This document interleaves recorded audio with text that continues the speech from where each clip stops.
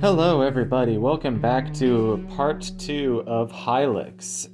Uh, this episode used to be 22 minutes, but I fast forwarded through most of the battles and cut out a few battles also. So, this is. I was gonna make some comment about, part 2 of playthroughs are usually longer because they feel like they have to make some progress to make up for part 1, which was a disaster. Which part 1 wasn't necessarily a disaster, but it was pretty clear that I was playing it by ear and had no idea what I was doing. So we're just gonna kind of wander through the city a little bit. The Forbidden City, the Forbidden City, Tiapolulian. Sounds kind of Lovecraftian. I know he used G.K. Chesterton or something because the text in this game is randomly generated, so even these place names are like different every time you start a new save file, which is kind of wacky. But there are certain lines of dialogue that stay the same when they're plot essential.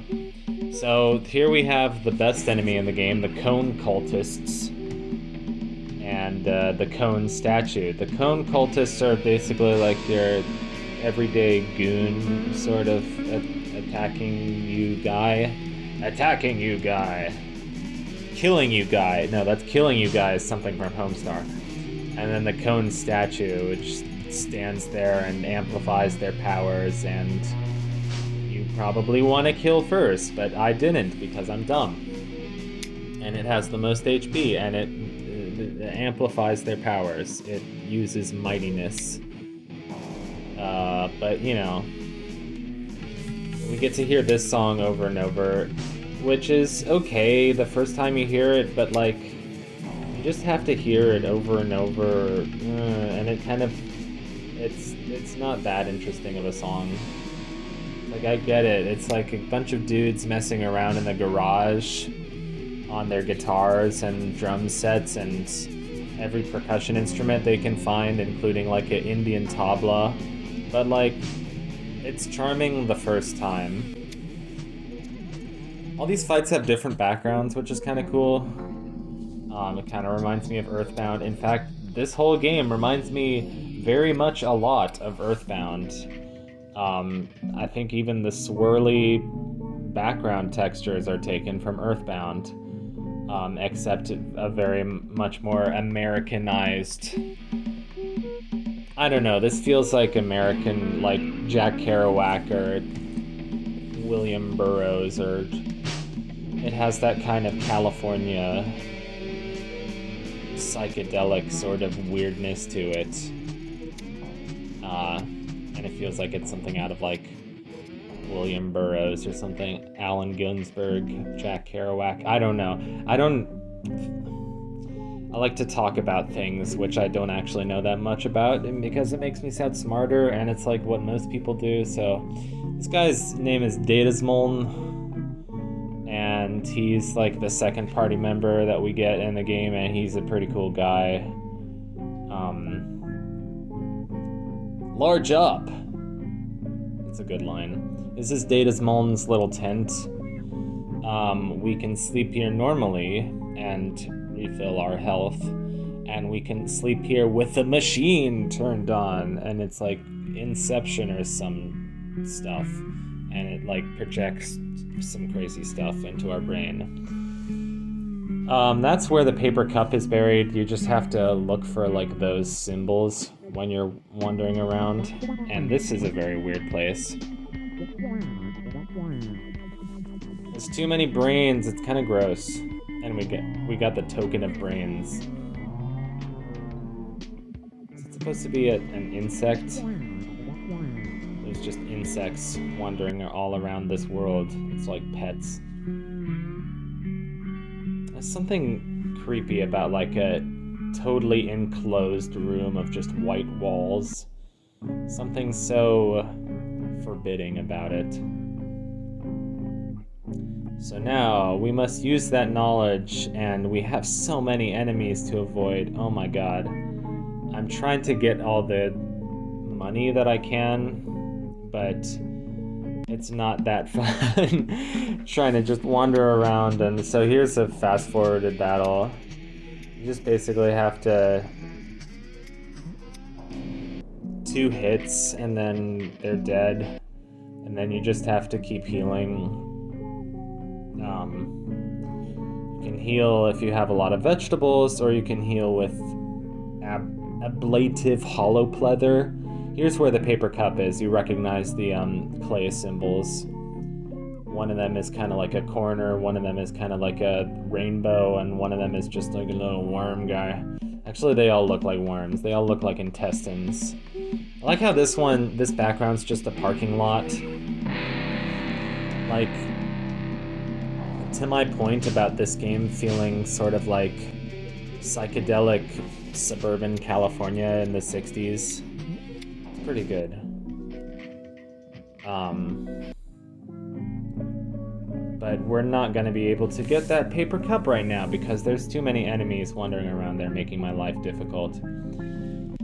So this is, let's see. I've done Off, Suits, Space Funeral, and Copper Odyssey. And I never finished Copper Odyssey, and I'm sorry about that. I'm sorry, Cameron.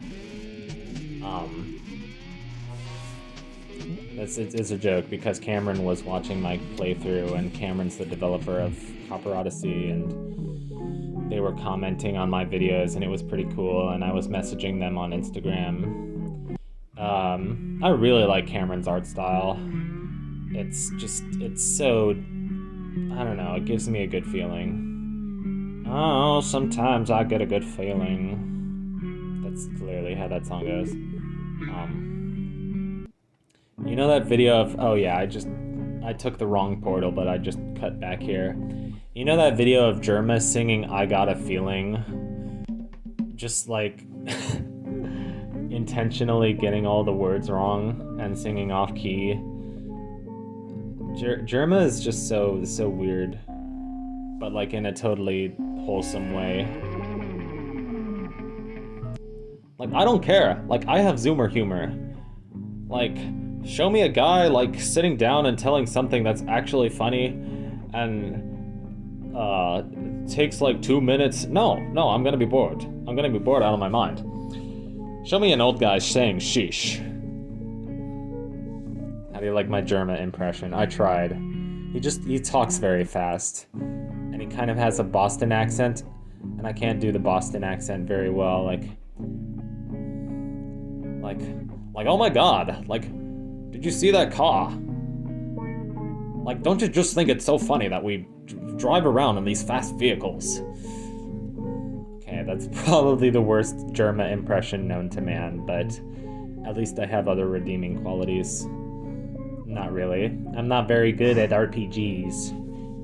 But I've been doing a lot of RPGs on this channel, and oh my god. This is slowly becoming the RPG channel, which I'm not sure how I feel about, but it could be worse. It could be the Orc Massage channel. No, I'm kidding. Orc Massage. It could be the Metroidvania channel, which would suck. No, I'm kidding. There's seem to be like a lot of just like crappy Metroidvania games out there these days. I don't know. It's sort of hard to make a good Metroidvania with like good progression and stuff, and there's also a lot of like Souls-like games out there, and I'm not very interested in playing Souls-like games. I don't know. There's a lot of games that I'm just not interested in playing. I also don't have a gaming computer, so like, and I don't have a working console capture card anymore, and like, I don't know, I have all these limitations, which I am okay with, because I feel like imposing limitations on myself forces myself to be more imaginative and do more with less, instead of trying to be like, you know, some other YouTuber who's like, hey man, I got the big budget game, let's play Assassin's Creed, oh my god. It's almost July. I'm an expert in the uses of the paper cup. Please allow me to show you. Magnificent, I will show you when the time comes. And there's a water cooler. I was in Barbados, hanging a picture on the wall. So when you have a paper cup, you can use it on one water cooler, exactly. Forgot to turn the machine off. But I think I'm still fully healed and all that. You get a paper cup and you can use it on one water cooler. Data Smoln so far has one ability, Panorama. It does 5 damage to any enemy and has a pretty high chance of confusing them. A rotten, engrossing Panorama. And he still can't see a damn thing. Damn good cup of coffee. So anyway, how's everybody's summer? I have a massive case of summer laziness. But like, I'm gonna be lazy during the school year too. I'm gonna be like, trying to finish my homework and then be like, I can't believe I'm going back to school. Like, willingly going back to school. Like, I don't know what the heck I'm doing. Like, paying all this, like, thousands of dollars to, like, be in school and doing homework. At least I'm going to be living on my own, which I'm excited to live on my own. I think I'm actually starting to appreciate living with my parents a bit more. I'm probably going to be nostalgic for all these times that I've spent, decades that I've spent living in my parents' house, but everybody's got to move out someday. I haven't talked about Wayne's walk cycle. It's so, like, jiving, man. He's jiving. He's on his way to go to the roller skates. I don't know. He's like, that's it's so jerky. It's like he's flailing his arms about. So I think that's about all the progress we're gonna try and make for part 2 of Hylics. And it was a pretty decent episode, and I hope you will come back for part 3 when we will get up to more hijinks. See you guys then.